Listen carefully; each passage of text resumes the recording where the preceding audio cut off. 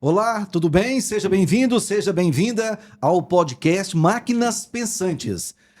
Você quer saber sobre inteligência artificial, as mudanças na sua vida, quais implicações que a inteligência artificial vai trazer para você? Fique aqui. Hoje eu tenho um convidado especial. Hoje eu tenho o Reginaldo Gotardo. Ele é doutor em inteligência artificial. Ninguém melhor do que ele para estar aqui hoje. Tudo bem? Seja bem-vindo, Reginaldo. Tudo bem, obrigado. Olá a todos, obrigado pelo convite, Arcilei, mais uma vez.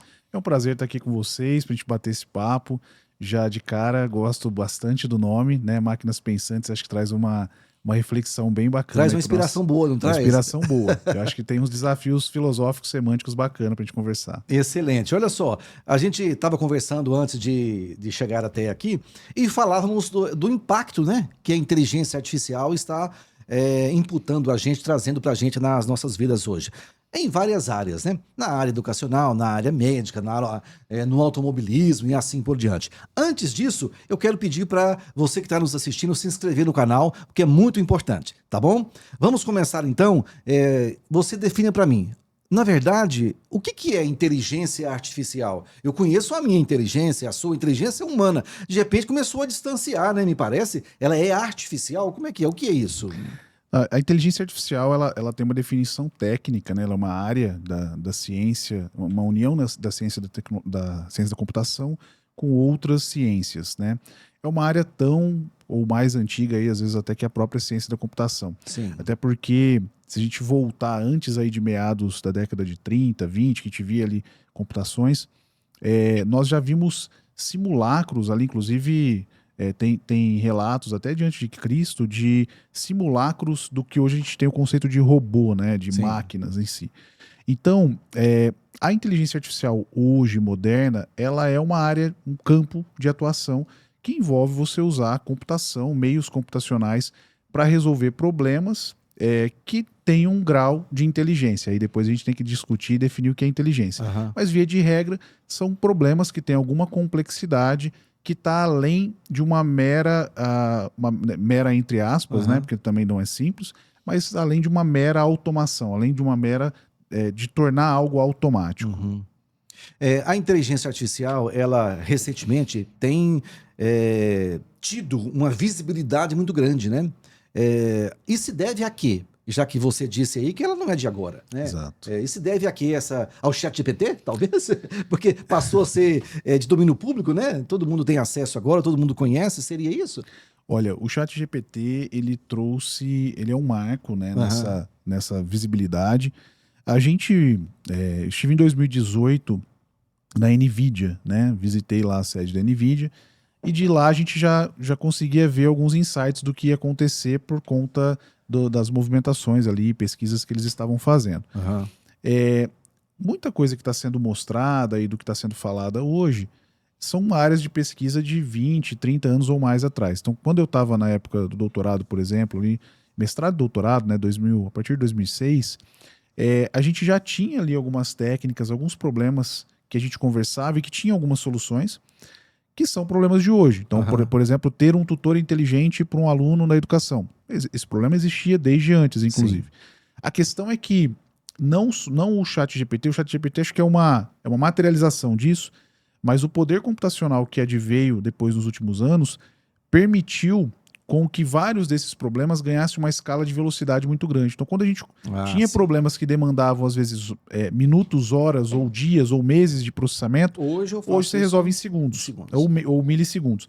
Então, isso potencializou esse crescimento e materializou. Mas o ChatGPT tem um fenômeno aí que eu quero comentar contigo, que eu vejo que é o que aconteceu e vem acontecendo com os nossos setores de trabalho, enquanto ser humano. Porque, primeiro, a gente passou por um processo de mecanização da lavoura. Então, a gente foi. O ser humano, a força de trabalho, ela foi sendo deslocada para o setor industrial. Sim. Depois, a gente veio para um processo de revolução industrial. A força de trabalho foi vindo para o terceiro setor, a área de serviços, né? Aham. Setor de serviços.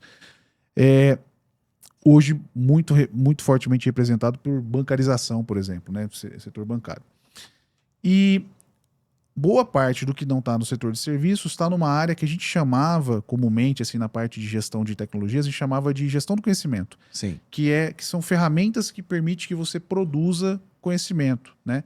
Então, por exemplo, há alguns anos atrás, uma ferramenta como o Photoshop, o Dreamweaver, o Word, o Excel, não eram ferramentas automatizadas como um ERP. Sim. Então, era uma ferramenta que você tinha uma pessoa, um autor, que ia lá e produzia alguma coisa. Então, por exemplo, o Photoshop ele poderia produzir uma imagem.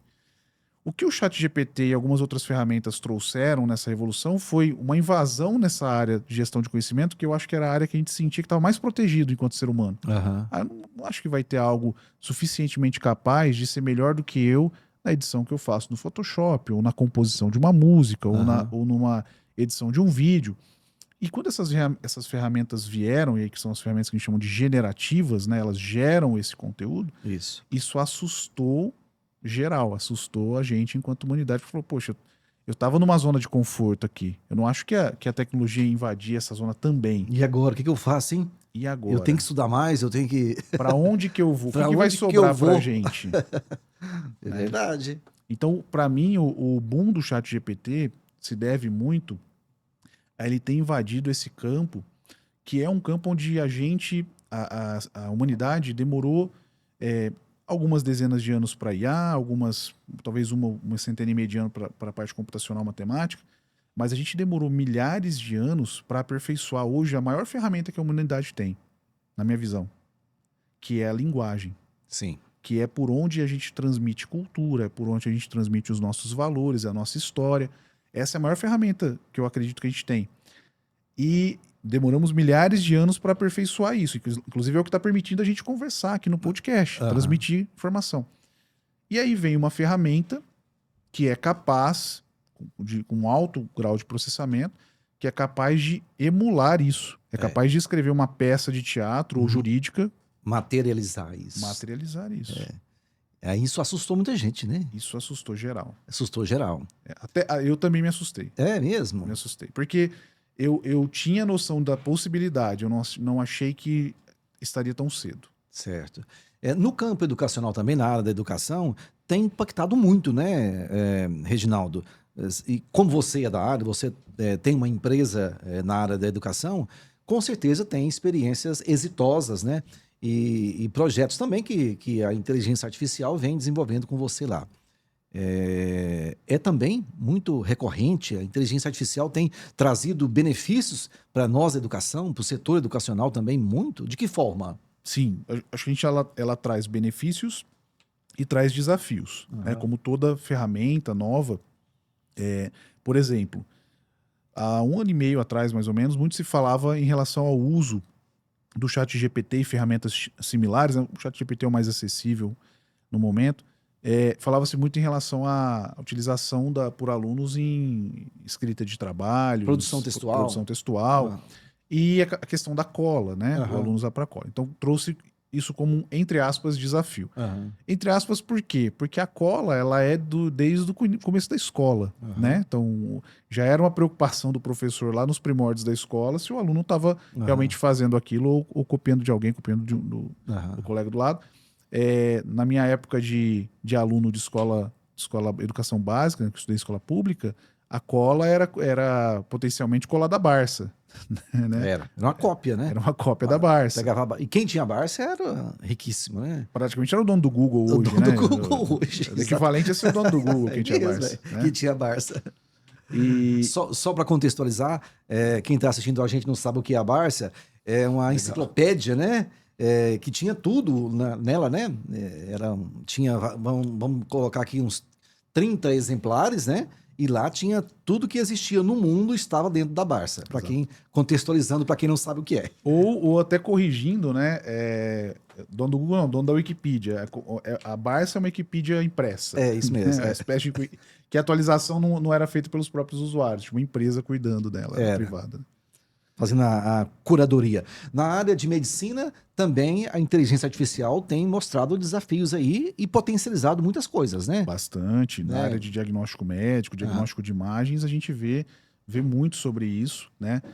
Acho que acredito assim, o grande potencial demonstrativo ali é é o ganho de tempo. Aham. Tá? Então é a capacidade dessas ferramentas, dos algoritmos e da inteligência artificial darem um diagnóstico muito mais rápido ou darem um indicativo muito mais rápido do que qualquer outra pessoa. E com um altíssimo grau de precisão.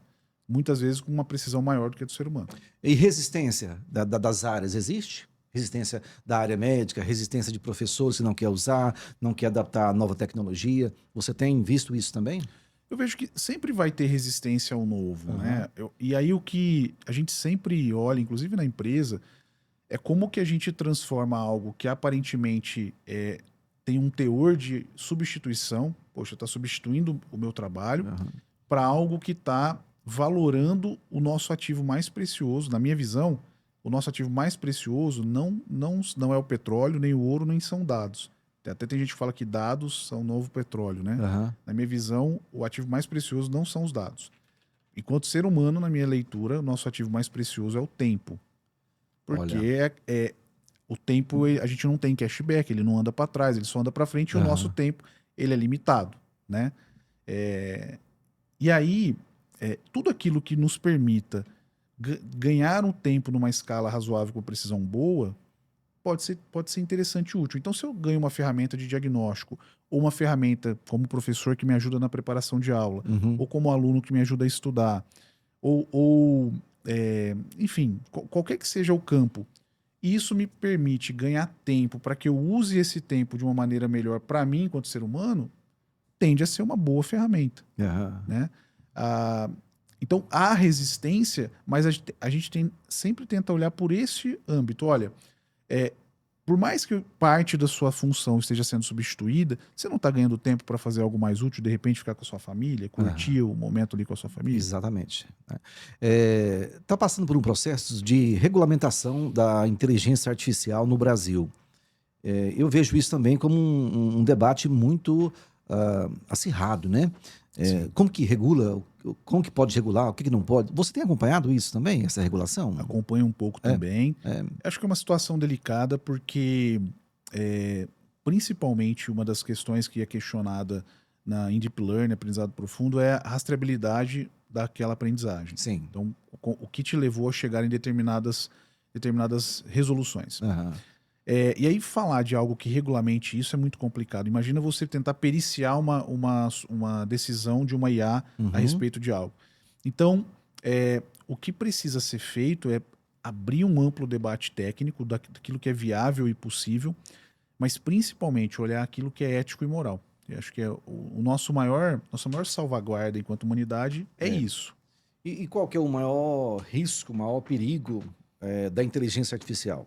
Deixa eu elaborar melhor, talvez. Aonde que ela pode estar que possa ser maléfico para a sociedade? De que forma?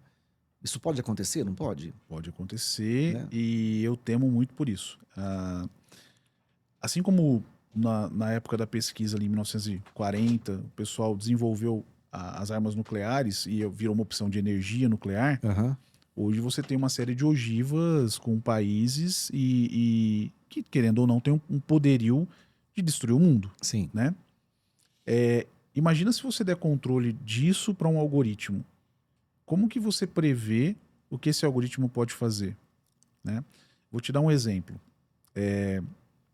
Eu não vou lembrar a data agora, mas o pessoal que está assistindo pode pesquisar na internet. É um caso real de um livro da Amazon que a Amazon tinha um sistema de regulação de preços que era uma espécie de leilão reverso, que ela olhava nos distribuidores e ficava regulando os preços desses livros. Isso automatizado. Isso automatizado e automatizava o preço do livro. Então o livro Certo. podia custar $10, $100, mas dependendo das margens dos Uma distribuidores... bolsa de valores ali Exatamente. do livro. O que aconteceu? Os dois lados colocaram robôs de atualização de valores. De repente, quando foram ver o valor desse livro, estava custando na casa de centenas de milhares de dólares. Um livro. Que era um livro sobre anatomia das borboletas, alguma coisa assim. É um livro que valeria... Estava 100 vezes mais. $50 o livro. Aham. Ele valeria ali talvez milhares, milhões de dólares. Ele estava sendo vendido por milhares ou milhões de dólares por conta de uma desregulação dos próprios robôs de automação de preço. Aham. Qual é o risco que eu vejo? Muito se fala na IA quando você coloca ela num ambiente controlado. Então Sim. você tem lá o ChatGPT sendo perguntado pelas pessoas para resolver um determinado problema. E quando você colocam elas para conversar e resolver seus próprios problemas, num mundo aberto, num sistema aberto, isso pode trazer um risco potencial muito grande, porque quais decisões podem ser tomadas? Quais vão ser as chaves de controle que elas não podem burlar? Então você imagina isso chegar em, por exemplo, níveis de controles que não deveriam chegar. Estou sendo bem extremista, não quero deixar todo mundo assustado, mas é que eu acho que a gente precisa fazer uma discussão sobre ética, segurança, não só de IA, mas de automação e daquilo que a gente está desenvolvendo enquanto ser humano. É tipo assim, eu vou fornecer dados para uma inteligência, vamos colocar como robô, por exemplo, né? Uhum. Esse robô vai estar todo alimentado lá e ele mesmo, daqui a um tempo, ele vai tomar suas próprias decisões, é isso? O nosso receio seria isso? E essas decisões não estarem de acordo com a ética, com a nossa vida da humanidade. Ele poderia, né, fazer isso. Hoje nós temos uma inteligência artificial que ela é especializada. Então ela é desenvolvida para resolver determinados tipos de problemas. Certo. Então o ChatGPT tem um escopo, você tem inteligência artificial que resolve a parte de processamento de imagem. Agora saiu a Sora, que é para produção de vídeos usando inteligência artificial. Inclusive já tem um filme todo feito por ela. Todo feito por ela. Não está lançado ainda. Só que se você pedir, por exemplo, para a inteligência artificial da Adobe que corrige a imagem do Adobe, de uma imagem que você coloca lá no Photoshop. Se você pedir para aquele mesmo algoritmo de inteligência artificial para ele fritar um ovo para você, ele não consegue. Porque ela não é uma inteligência geral.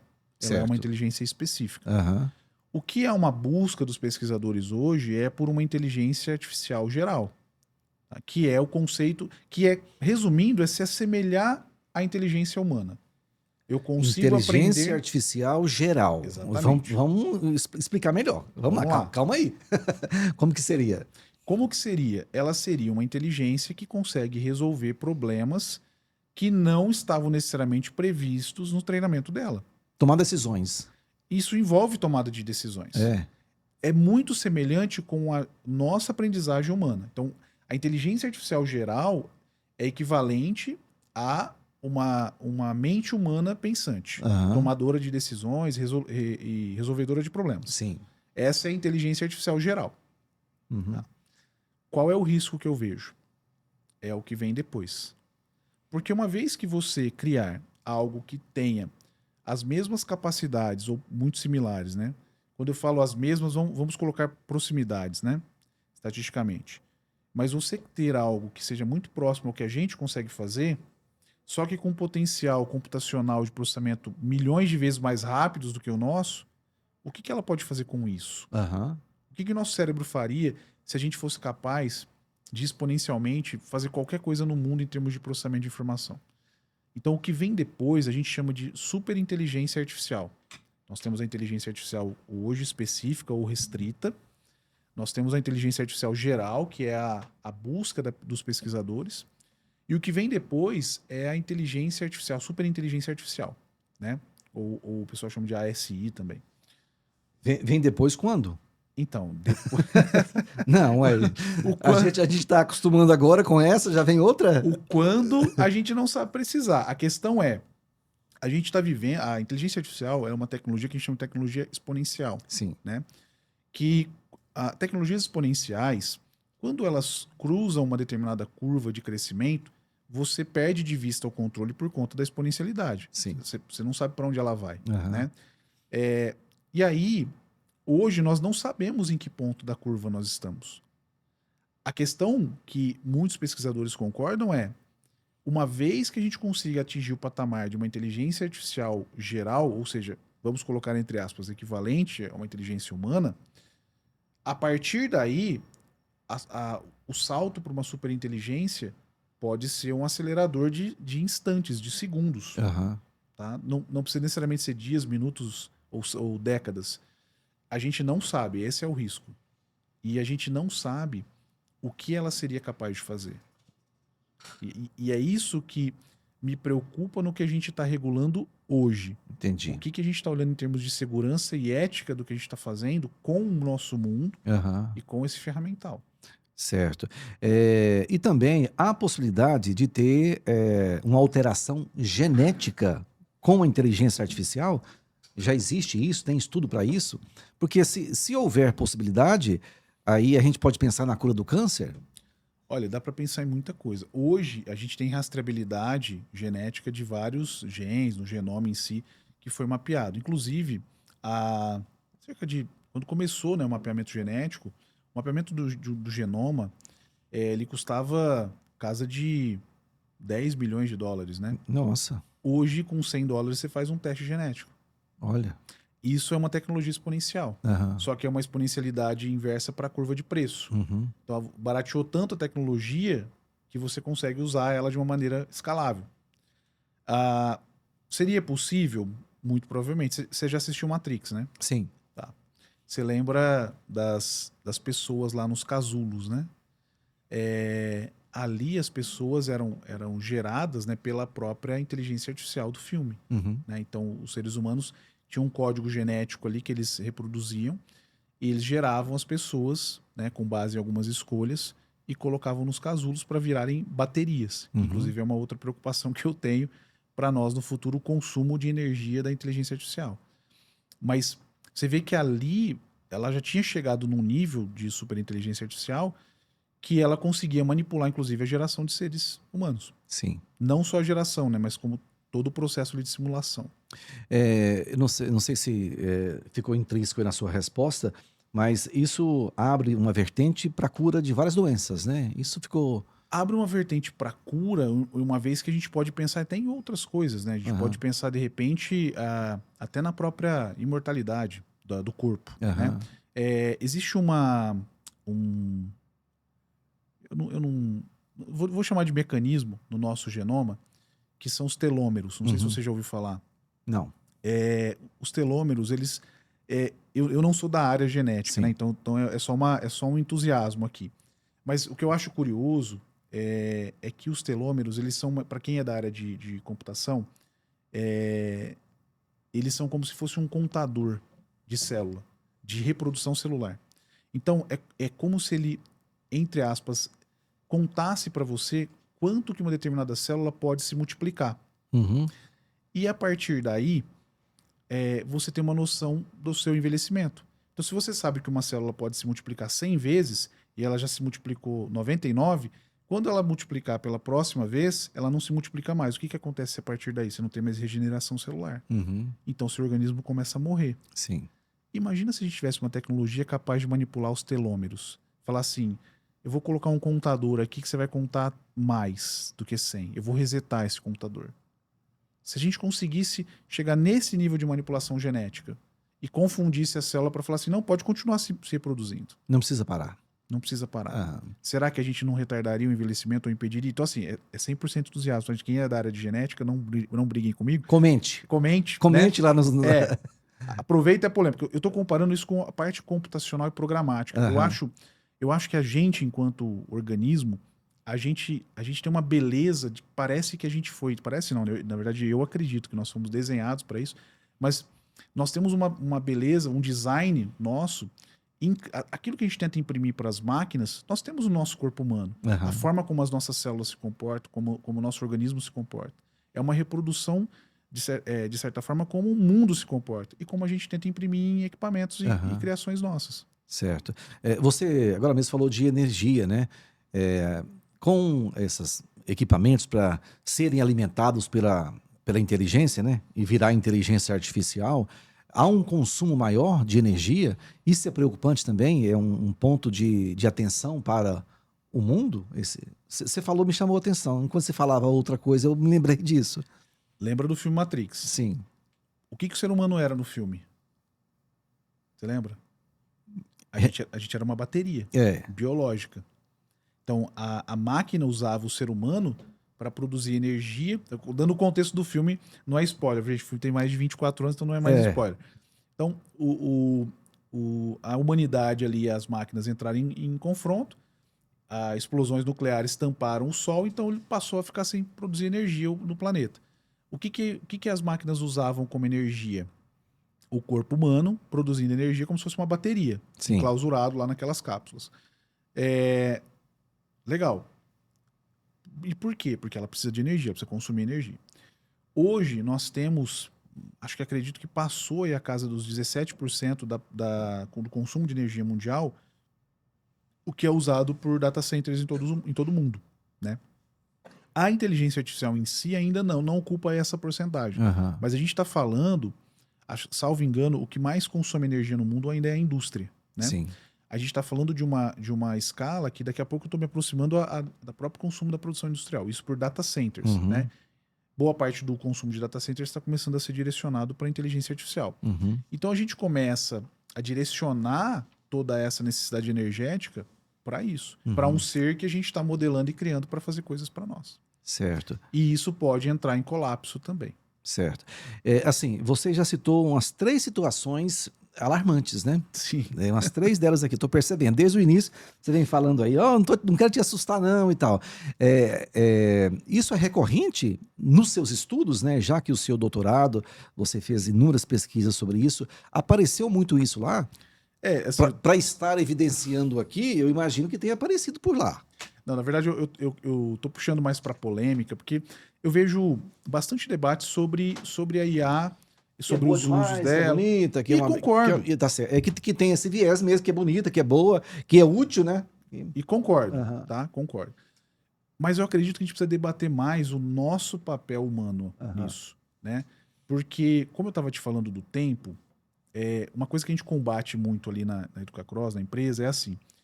As pessoas hoje elas têm pegado o maior ativo dela, que é o tempo, e elas têm jogado fora. Hoje a gente já vive na Matrix, a gente já está conectado na Matrix, que são mídias sociais. Quando você vê ali jovens, pessoas conectadas em ferramentas como Instagram ou TikTok, consumindo conteúdo que não agrega nada, você já está jogando a sua energia fora, a sua energia vital fora. Certa vez, o meu sobrinho ficou 7 horas no sábado. Eu olhei lá o marcador de tempo dele do Instagram, ele ficou 7 horas. Eu falei para ele, o que você aprendeu nessas 7 horas? Assim? O que você entendeu, estudou? O que te agregou? Ele falou, não lembro. E só que isso é porque o design desse tipo de ferramenta causa isso. Ele é feito para colocar a gente num ciclo dopaminérgico. O nosso cérebro fica viciado naquilo, aquela interação curta, sem profundidade, não aprende nada. O nosso cérebro não entra em deep learning. Por que eu estou falando isso em relação às minhas falas mais alarmantes, né? Boa parte da sociedade está fazendo isso. A gente está jogando o nosso tempo fora e substituindo por máquinas e algoritmos que estão tomando decisões de compra, decisões de negócio para nós. E a gente está empurrando esse debate ético e de segurança e nós não estamos encarando ele de frente. Só que quando algo se apossar, no caso é a gente que vai configurar isso, mas ele se apossar de boa parte das decisões nas nossas vidas, talvez não tenha uma reversão. Então, sim, eu me deparei com essas coisas no meu estudo, mas a minha linha de pesquisa não era essa mais catastrófica. Eu estou realmente chamando a atenção porque eu vejo que a gente não tem muitos momentos como esse, né, de debater e colocar isso em xeque. As tecnologias em si, elas estão em prol do bem. Mas existia uma fala em latim, que eu não vou lembrar, não vou pronunciar que eu vou me atrapalhar, mas que a tradução dela era assim, quem guardará os guardiões? Quando você leva isso para dados, ou para privacidade, ou para ética, quem vai assegurar que aquilo que a gente realmente desejava lá no fundo, por exemplo, quem vai assegurar que um robô que foi projetado para ser doméstico, amanhã não possa se tornar um robô militar, com upgrade? Então, a gente deveria colocar isso em pauta, talvez até mesmo nas escolas, para que os alunos, os professores, a gente comece a verter a nossa mente coletiva para o real uso daquilo que vai nos tornar exponenciais. Eu fui questionado sobre esse podcast, inclusive a duração dele, né? Falou, cara, por que você não faz de 1 minuto, 30 segundos e coloca lá no TikTok, coloca lá no Instagram? Vai ter muito mais audiência. Falei, não é o meu objetivo, não é o meu foco. Eu preciso ter uma reflexão sobre inteligência artificial. Eu preciso contribuir com as pessoas de alguma forma, né? Para que isso seja melhor aproveitado. Não é essa onda que você... É seu sobrinho, né? Que ficou 7 horas no Instagram, né? E o que a gente pode fazer para reverter isso? esse exemplo que você deu aí de 7 horas no Instagram e depois perguntar o que aproveitou, e ele falar, não lembro, não sei. Como que a gente contribui? Né? A gente contribui criando intervenções mais rápidas, porque o cérebro da criança, ele se desenvolve, né? Tem um teórico que fala, minha esposa fala bastante isso, mas eu esqueci o nome do teórico. Ela fala, né, que a mente ela se desenvolve até os 7 anos. A partir daí, o que acontece na sua vida é memória. Sim. Então é interessante porque a gente não está falando de conteúdo, a gente está falando de princípios, valores. E se você deixar uma criança usar um recurso como esse e estragar o maior recurso que a gente tem na nossa mente, que é o nosso cérebro, né? O nosso hardware aqui, danifica. Isso pode ser para a vida. Então a gente precisa ter algumas intervenções do tipo esse uso consciente, como usar, para que usar, né? De que forma usar, quais são os benefícios de você usar a tecnologia em si, bem direcionada. Então, quando você coloca um recurso que é bom, veja, o problema não é o TikTok ou o Instagram em si. Não é a ferramenta, não é O a problema é tecnologia, né? o conteúdo que é direcionado para os nossos jovens. Porque se a gente fizer o podcast de 1 hora de duração, mas criar cortes que levantem esse debate e tragam para ver o podcast inteiro, e isso sim ajudar a audiência, isso é positivo. Claro. Isso é bom. O problema é quando eu coloco alguns conteúdos de algumas coisas que não vão agregar em nada, não vão repercutir num debate. Isso é um problema. Certo, que bom. E sobre segurança cibernética, que a gente tem muita preocupação, né? Hoje você está o tempo todo sendo assediado, sendo atacado para tomar seu dinheiro, para se passar um Pix falso para alguém. A inteligência artificial, eu tenho certeza, potencializa também esse lado, né? E daí? O que a gente. O bom e o ruim. Como a gente se prepara melhor para isso também? Eu vi algumas notícias recentes, né, que alguns criminosos estavam usando ferramentas como o próprio ChatGPT para aumentar essa incidência de crimes desse tipo. É uma curiosidade, eu trabalhei nessa área faz bastante tempo, mas na época a questão não era inteligência artificial, a questão era as redes sociais. Eu trabalhei na Polícia Civil em 2002 até 2006, 2004, 2005. E aí, ali a gente trabalhava num setor de inteligência que fazia, inclusive, investigação de crimes digitais. Então, ali, naquela época, a rede social era o Orkut. Não sei se você lembra do Orkut. Se eu falar que eu lembro, eu condeno, né? Eu me condeno. Eu vou contar minha imagem, minha idade, desculpa. Mas ali já acontecia, por exemplo, a gente investigou um crime do que seria hoje considerado um cyberbullying no próprio Orkut. Então, isso já acontecia. O que está acontecendo com as ferramentas com a IA é a aceleração. E eu vi um episódio recente também de uma escola no Rio, que parece que os jovens usaram fotos das colegas e produziram fotos nudes para circular e tal. E aí, o que eu vejo que falta é esse debate do tipo, poxa, o que eles fizeram ali, eles poderiam fazer. Antigamente, há 20 anos atrás, a gente poderia fazer com um recorte. Pegar as fotos, recortar, colar e fazer uma montagem. Depois, eu poderia fazer com Photoshop, que levaria tempo. Eles fizeram com inteligência artificial em segundos. Sim. Foi muito rápido. Então, qual que é o ponto aí? É como tudo se torna muito rápido, o dano também é muito amplo. Você pode causar um dano, às vezes, em escala global. Sim. E acho que a gente precisa levar essa discussão porque, no final, isso tem muito a ver com a intencionalidade. Sim. A questão isso é irrastreável? Não, pelo contrário. Sempre vai haver alguma maneira de você chegar até a origem disso. Mas a gente precisa trabalhar a política, não só a técnica. Sim. Você disse no início que muda a essência humana, né? A gente não pode deixar isso ser ferido, ser atacado pela inteligência, pelas tecnologias em geral, né? E isso, às vezes, a gente se perde, né? Com as redes sociais, com a nossa... uma convivência não muito saudável, você começa a perder essa essência da gente.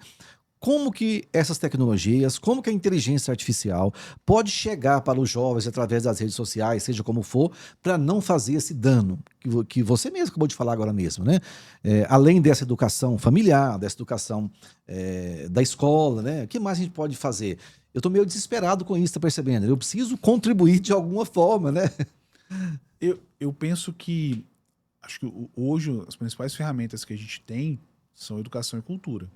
Então a gente tem que fazer isso através dessa disseminação de informação boa, né? Como os debates que a gente está tendo aqui.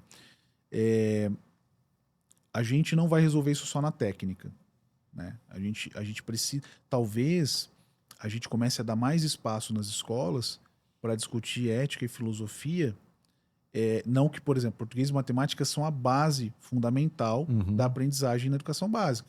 A criança precisa ter uma fundamentação excelente em lógica e linguagem para ela lidar bem com todas as outras áreas. Certo. Mas a partir ali do ensino médio, talvez a gente comece a entrar em campos de falar mais sobre ética e filosofia, sobre essa utilização, para que a gente abra mais esse debate.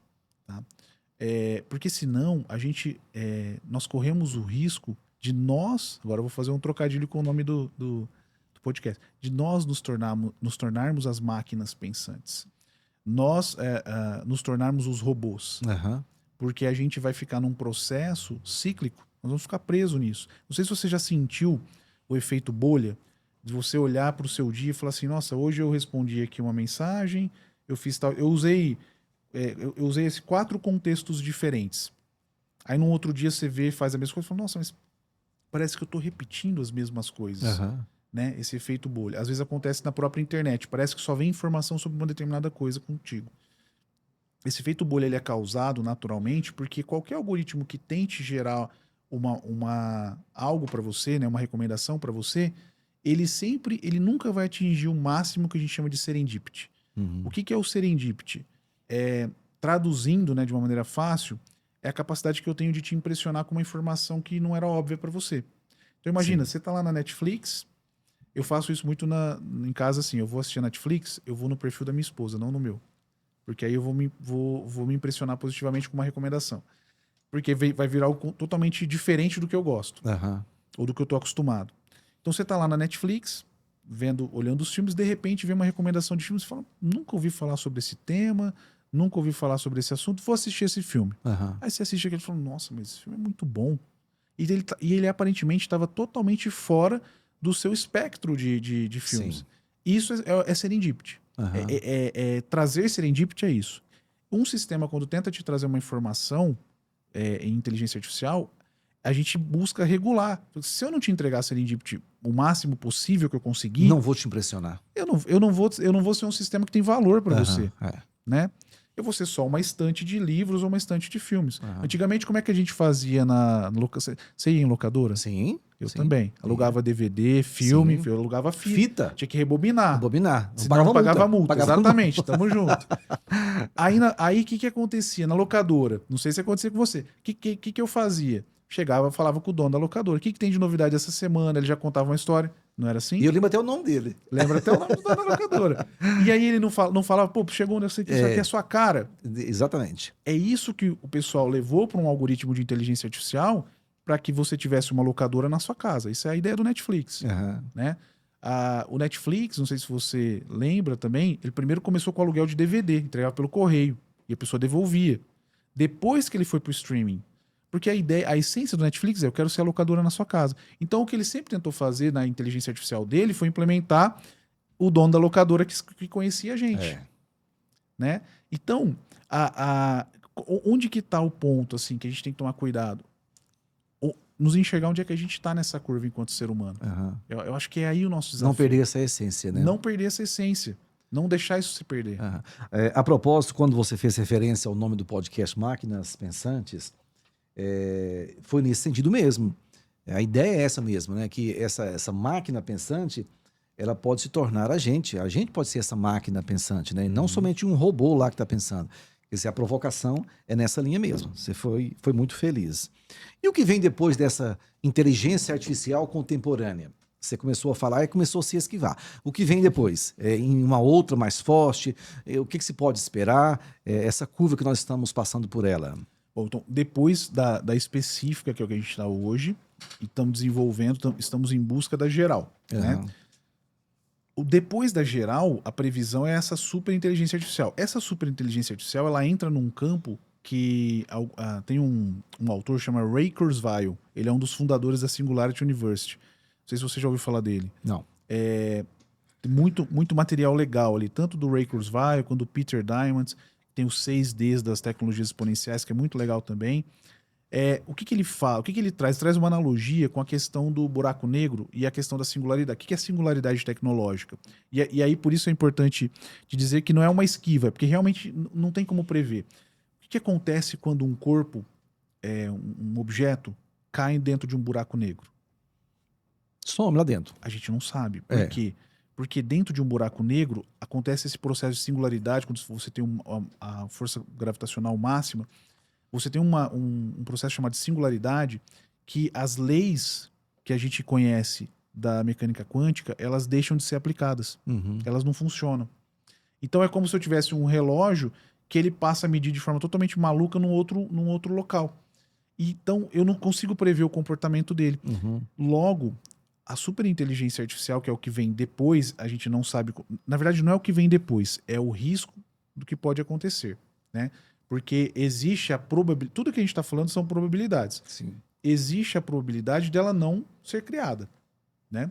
Da gente não chegar. Tem inclusive, muitas pessoas técnicas que acreditam que a gente não vai chegar lá, que não tem ferramental técnico para isso, porque dentro da teoria da computabilidade existem problemas que o computador não sabe resolver. Então, eles acreditam que o computador nunca vai conseguir chegar no nível da mente humana. Certo. Mas é uma probabilidade. Uhum. Pode ser que ele chegue. E aí, se ele chegar ao nível de superinteligência, a gente está falando de uma singularidade tecnológica. Uhum. É um âmbito que a gente não sabe prever o que vem depois. Agora, mas eu não vou esquivar totalmente, né? Eu vou dar alguns exemplos da ficção. Alguns estão falando em Deus Ex Machina, alguns estão falando num oráculo super poderoso que vai saber tudo sobre nós. Alguns estão falando na união entre computação quântica e essa superinteligência, basicamente consegue prever tudo que vai acontecer, né? Tudo isso são hipóteses, maior parte da ficção, né? Mas com probabilidades. Existe uma matemática que conseguiria fazer chegar algo próximo disso? Talvez. Estatisticamente, talvez. Uhum. Muito bem. Para a gente terminar, qual que é o futuro da humanidade, o nosso futuro com a superinteligência artificial? Você discorreu muito bem agora, mas sintetizando isso, qual que é o futuro? Vou falar do nosso futuro desejável. Ótimo. O que eu desejo para o nosso futuro é que nós, enquanto humanidade, a gente aproveite a nossa super-humanidade. Que as máquinas realmente sejam pensantes, mas que sejam os nossos coadjuvantes. Para resolver problemas, para a gente realmente ser, para que a gente possa ser uma humanidade melhor, boa, né, e cada vez melhor. E aí, eu desejo que a gente continue usando isso, mas que a gente abra esse debate para que dentro da construção, aquilo que vai ser criado e embarcado, vamos fazer uma analogia. Pensa que a superinteligência artificial é uma criança que não nasceu. Sim. Nós precisamos planejar o nascimento e a educação dela. Então vamos começar a fazer um debate sobre o que é melhor para quando ela estiver aqui, que mundo que a gente quer deixar para ela, para que ela atue conosco. Eu olharia dessa maneira. Assim, o futuro é a gente começar agora no presente a escrever as bases do que a gente quer, em termos do que vai ser bom para o nosso mundo, para a gente enquanto humanidade. Porque o risco da gente não fazer isso é a gente criar algo que pode ser uma super arma no futuro. E isso ser contra nós. Sim. Essa preocupação, será que não restringe entre nós, não? Nós que somos estudiosos, né? Nós que somos acadêmicos. Será que o setor público, os políticos, você mais direto, eles estão também preocupados, voltados para essa preocupação? O que é que você observa? Olha, eu não vi ainda muitas iniciativas desse debate ser aberto, por exemplo, nas escolas. Eu acho que a gente deveria formar as novas gerações para discutirem isso. Eles ainda estão muito no nível de usuários de tecnologias de outros países. Sim. A gente deveria estar debatendo o que a gente quer criar e o que a gente está criando. Até a gente tem, no próximo mês agora, um convidado do Tribunal Regional Eleitoral. Porque vem aí as eleições municipais, e a inteligência artificial vai ser usada com certeza, né, para o bem e para o mal. Sim. Como nas eleições passadas, tivemos situações alarmantes, né? A gente tem esse convidado também. É isso, Reginaldo, doutor Reginaldo, né? Não, imagina. É uma honra chamar de doutor Reginaldo Gotardo. Nos deu o prazer, a honra de estar conosco aqui hoje, esclarecendo muita coisa. tem uma empresa em Ribeirão Preto? Ribeirão Preto. Em Ribeirão Preto, Educa Cross, né? Educa Cross.